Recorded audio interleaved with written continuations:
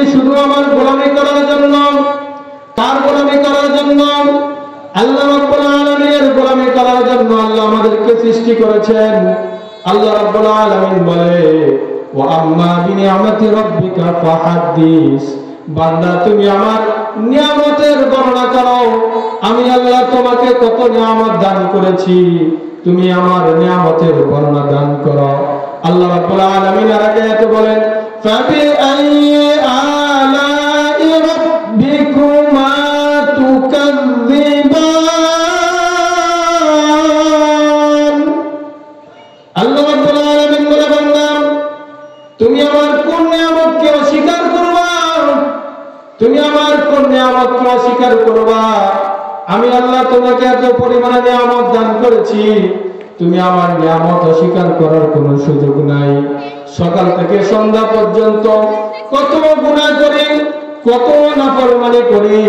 এত গুনাহ তো নাফরমানি করার পরও যে রব্বুল আলামিন আমাদের রিজিকের ব্যবস্থা করেন তিনি কে? জোরে কে?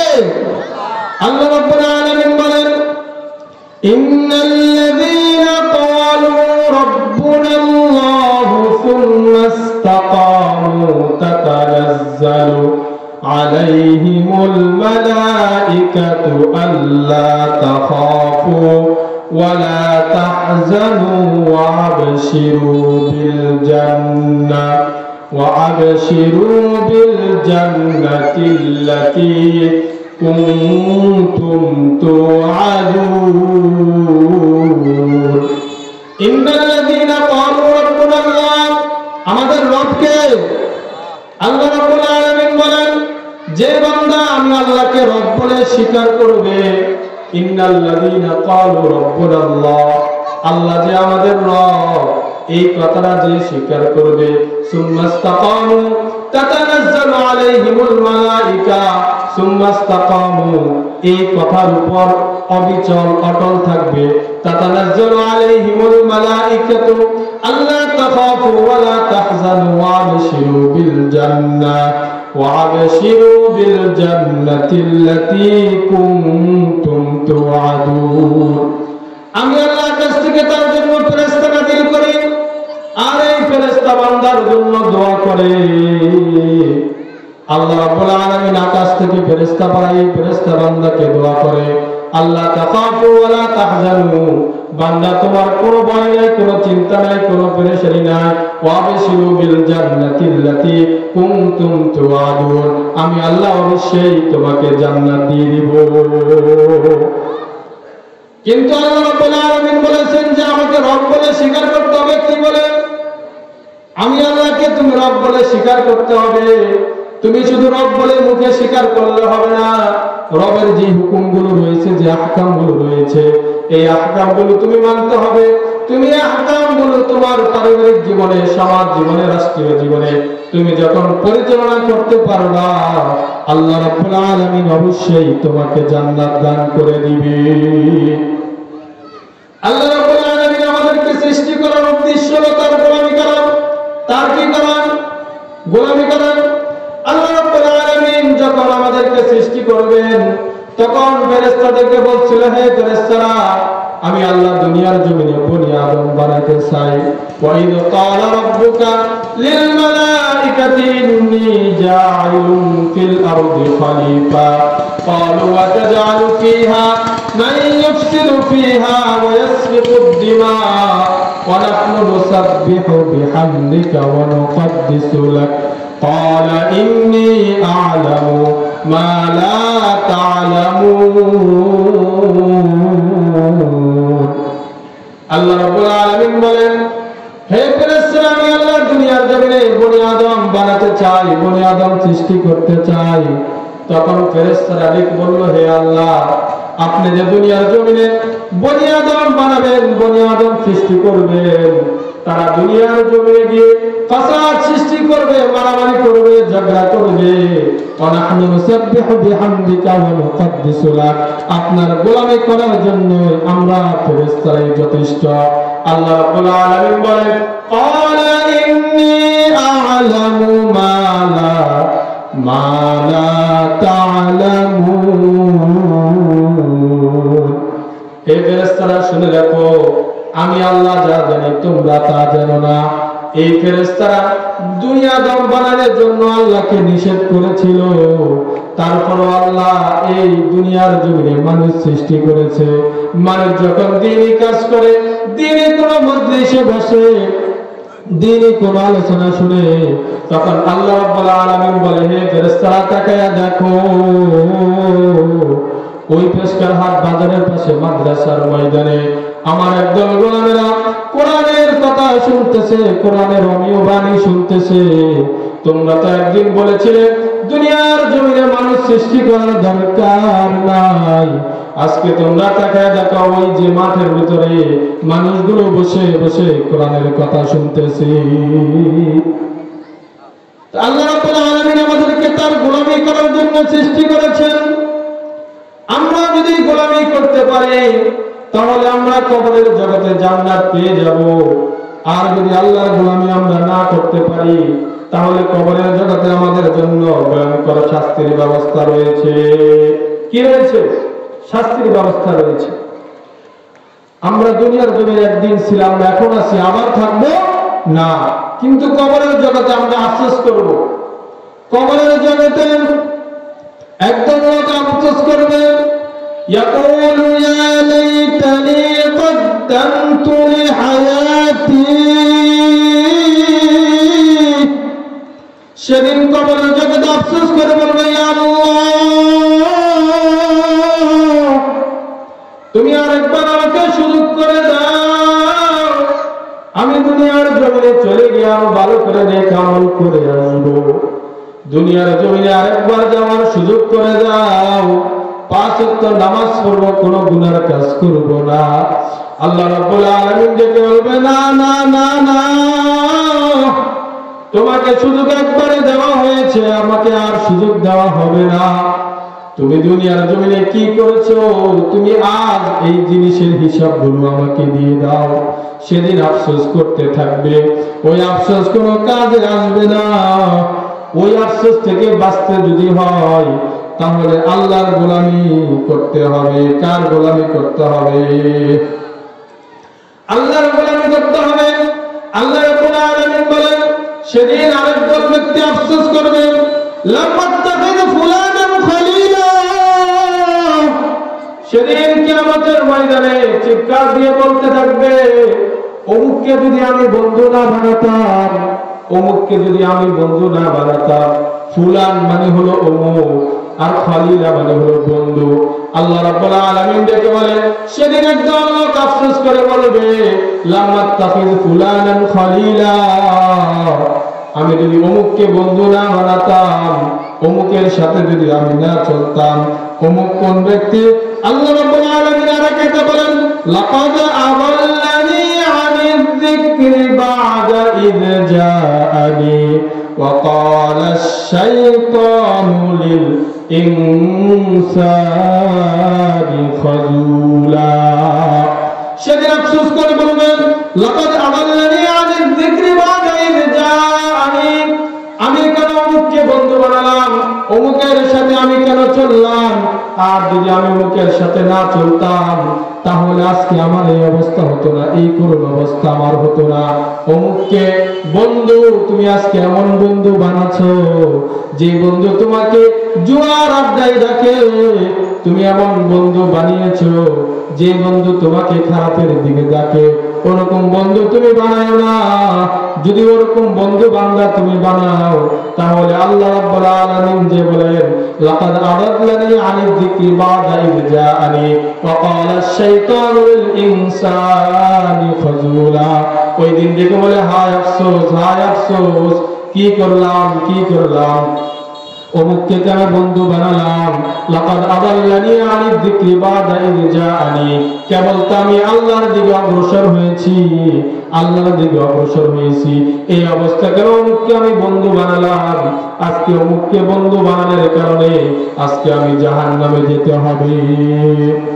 এই জন্য যাকে বন্ধু বানাতে হবে, এরকম লোককে বন্ধু বানাতে হবে যে লোকটা নেককার আল্লাহওয়ালা লোকদেরকে বন্ধু বানান।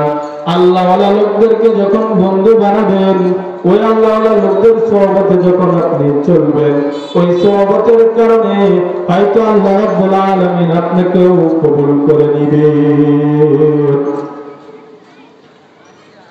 আলহামদুলিল্লাহ, আমি কোরআনুল কারীমের সূরা বাকারার একটি আয়াত তেলাওয়াত করেছি। এই আয়াত থেকে এখন ধারাবাহিক তাফসীর হবে ইনশাআল্লাহ। আল্লাহ রাব্বুল আলামিন আমাদের সকলকে আমলের নিয়তে শোনার তৌফিক দান করুন। আয়াতটা আমাদের সকলেরই পরিচিত, সকলেরই কি পরিচিত। আয়াতটাকে বলা হয় আয়াতুল কুরসি। কি বলা হয়? আয়াতুল কুরসি বলা হয়। আয়াতটাকে কি বলা হয়? আয়াতুল কুরসি বলা হয়। এই আয়াতুল কুরসি এক দামি এক আয়াত, খুব মূল্যবান এক আয়াত। আল্লাহ রাসূল সাল্লাল্লাহু আলাইহি ওয়াসাল্লাম একদিন মসজিদে নববীর ভিতরে বসা, মসজিদে নববীর ভিতরে আল্লাহ রাসূল সাল্লাল্লাহু আলাইহি ওয়াসাল্লামের সামনে হযরতে আবু উমামা বসা। রাসূল সাল্লাল্লাহু আলাইহি ওয়াসাল্লাম ডাক দিয়ে বলেন, হে আবু উমামা, তুমি বলো তো দেখি কোরআনের সবচেয়ে দামি আয়াত কোনটি? তখন আবু উমামা ডেকে বলে, হে আল্লাহ রাসূল, এই দামি আয়াত কোনটি আল্লাহ এবং তার রাসূলই ভালো জানে। রাসূল সাল্লাল্লাহু আলাইহি ওয়াসাল্লাম দ্বিতীয়বার আবার প্রশ্ন করলেন, তাও আবু উমামার একই জবাব যে আল্লাহ এবং তার রাসূলই ভালো জানে। তৃতীয়বার আবার যখন আল্লাহ রাসূল জিজ্ঞাসা করলেন, হে আবু উমামা, বলো তো দেখি কোরআনের সবচেয়ে দামি আয়াত কোনটি? তখন আবু উমামা ডেকে বলে, হে আল্লাহর রাসূল, কোরআনের সবচেয়ে দামি আয়াত হলো আয়াতুল কুরসি। আল্লাহ রাসূল ডেকে বলে, হে আবু উমামা, তোমাকে ধন্যবাদ জানাই। কোরআন সম্পর্কে তোমার এত জ্ঞান থাকার কারণে আমি আল্লাহ তোমাকে ধন্যবাদ জানাই। এই আয়াতুল কুরসি এক ফজিলতময় আয়াত। এই আয়াতুল কুরসি যদি কোনো বান্দা আমল করে, আল্লাহর নবী সাল্লাল্লাহু আলাইহি ওয়াসাল্লাম হাদিস শরীফের ভিতরে বলেন, মান ক্বারা আয়াতুল কুরসিহি দুবুরা কুল্লু সালাতিন মাকতুবাত লাম ইয়ামনাউহু মিন দুখুলিল জান্নাতি ইল্লাল মাউত।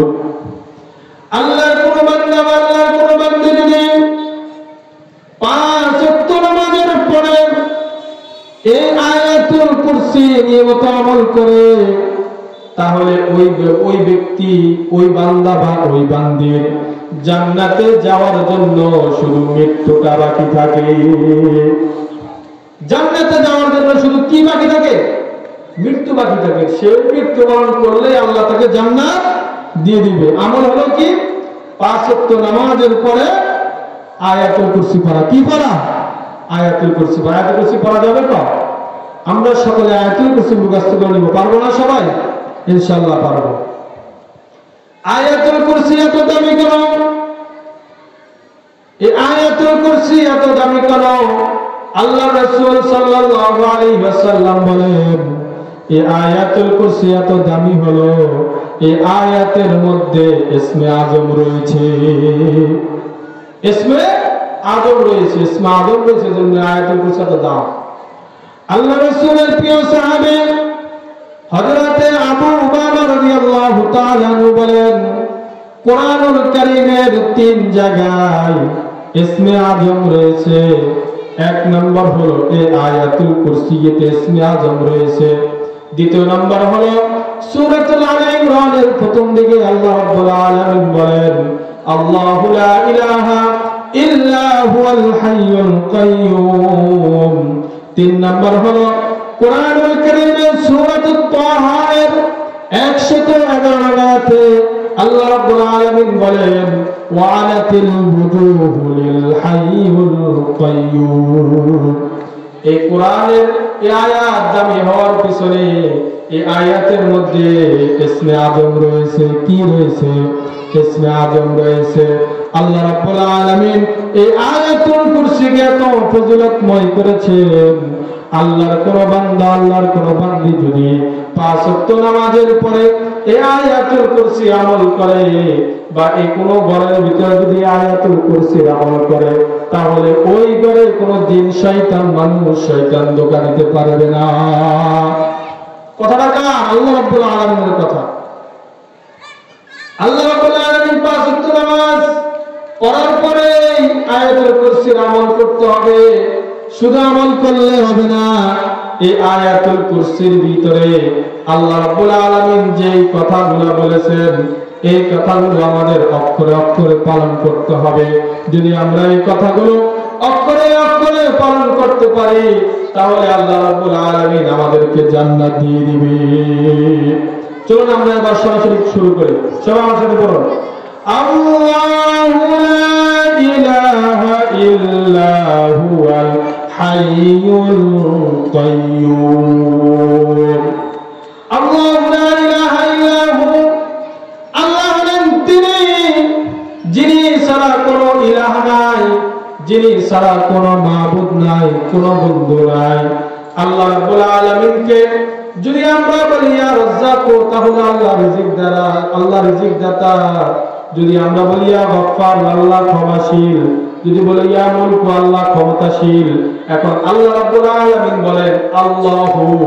আল্লাহু কেন বলেছেন?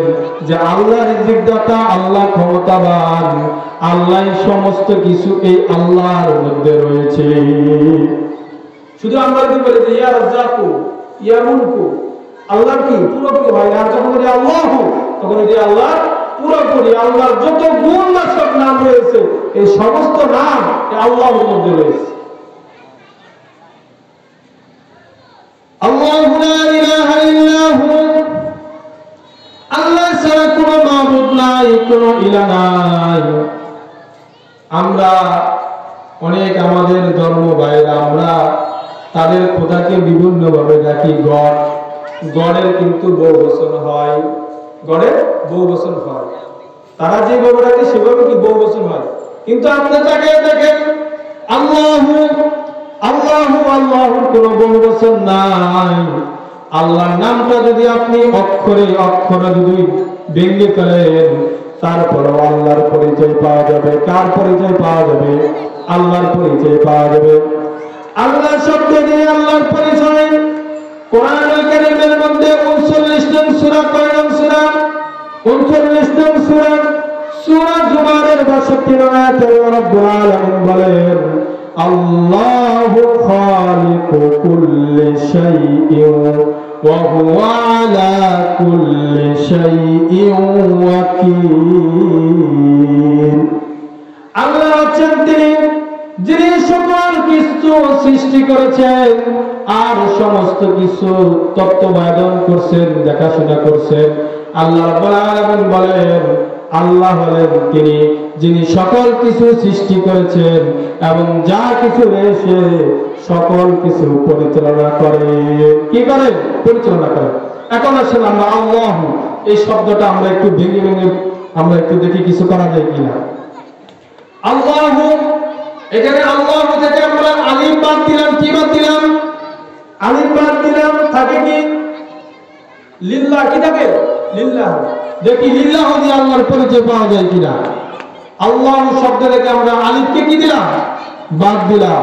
এখন দেখি লিল্লাহ দিয়ে আল্লাহর কোনো পরিচয় পাওয়া যায় কিনা। কোরআনুল কারীমের 5 নং সূরা, কয় নং সূরা? কথা বলেন, কয় নং সূরা? 5 নং সূরা, সূরা মাইদার 120 নং আয়াতে আল্লাহ রাব্বুল আলামিন বলেন লিল্লাহি মুলকুস সামাওয়াতি ওয়াল আরদি ওয়া মা ফীহিম ওয়া হুয়া আলা কুল্লি শাইইন কাদির। আল্লাহ রাব্বুল আলামিন বলেন আসমান জমিন আমি সৃষ্টি করেছি আর এর মাঝে যা রয়েছে এর মালিকানা কার? আসমান জমিনের মাঝে যা রয়েছে এর মালিকানা কার হাতে? আল্লাহর হাতে। আল্লাহর কাছে।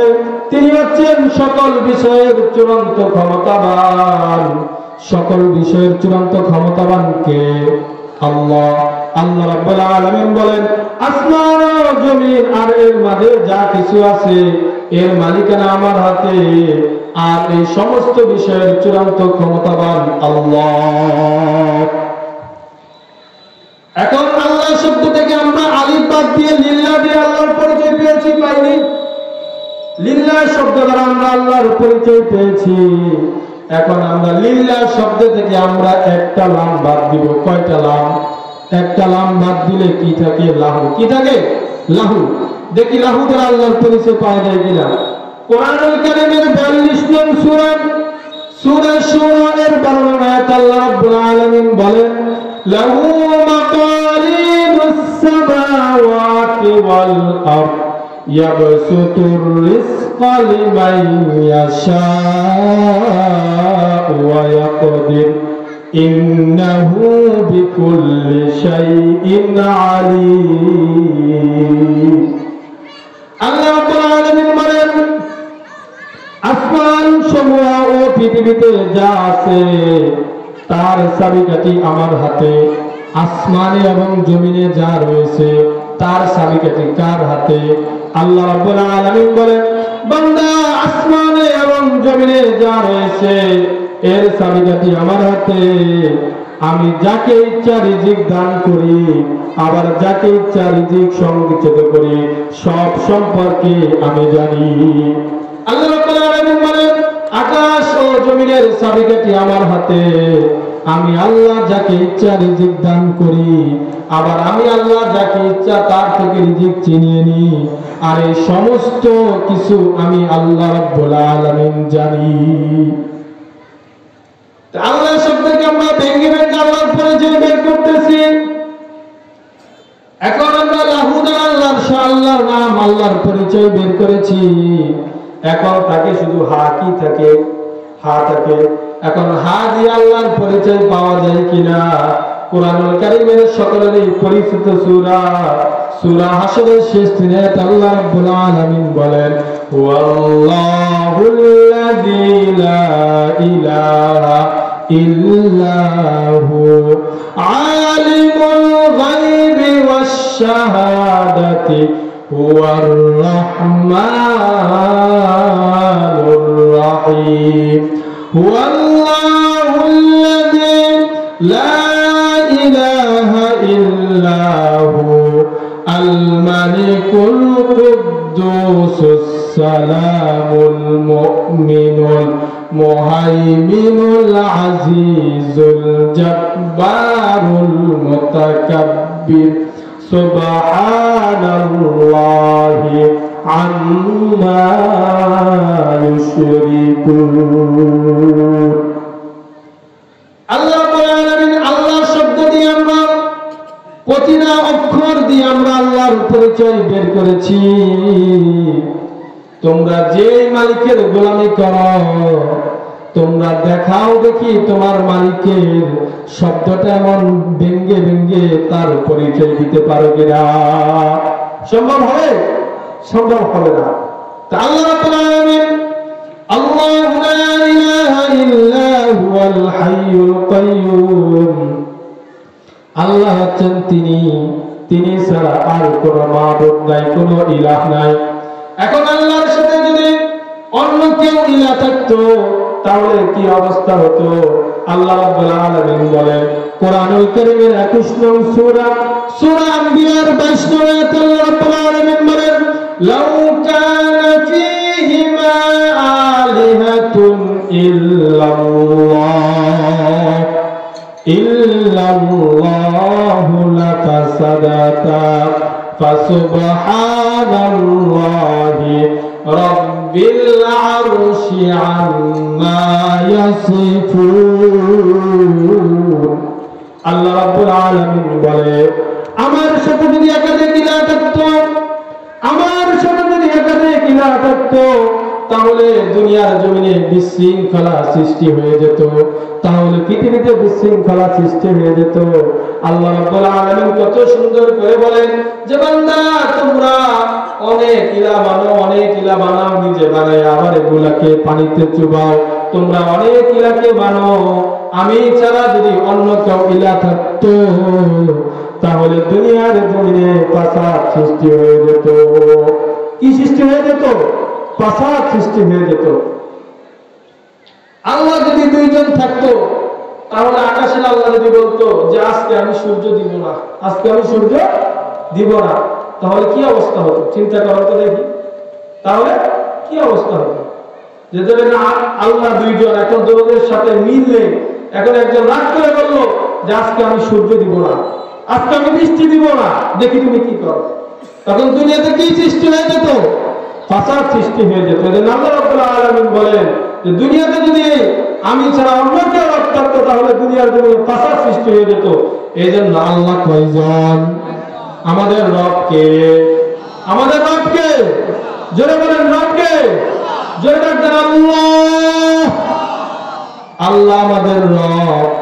আল্লাহ রাব্বুল আলামিন কত সুন্দর করে বলছেন যে বান্দা, আমার মতো যদি আরেকজন রব থাকতো, তাহলে দুনিয়ার জমিনে ফাসাদ সৃষ্টি হয়ে যেত। কত সুন্দর করে বলছেন আল্লাহ রাব্বুল আলামিন। অন্য আরো সুন্দর করে বলছেন কোরআনুল কারীমের 23 নং সূরা মুমিনুনের 91 নং আয়াতে আল্লাহ রাব্বুল আলামিন সুন্দর করে বলেন, মাত্তাখাযাল্লাহু মিন ওয়ালাদিন ওয়া মা কানা মা'হু মিন ইলাহিন ইযাল লাযাহাবা কুল্লু ইলাহিন বিমা খালাকা ওয়ালা আলা বা'দুহুম আলা বা'দ সুবহানাল্লাহি আম্মা ইয়াসিফুন। আল্লাহ রাব্বুল আলামিন বলেন, বান্দা শোনো, আমি আল্লাহ কাউকে সন্তান হিসেবে গ্রহণ করিনি। আমি আল্লাহর কোনো সন্তান নাই, আমি আল্লাহর কোনো স্ত্রী নাই, আমি আল্লাহ কোনো সন্তান হিসেবে কোনো সন্তানকে গ্রহণ করিনি। তার সাথে যদি কোনো ইলাহ থাকতো, আল্লাহ রাব্বুল আলামিন বলে আমার সাথে যদি কোনো ইলাহ থাকতো,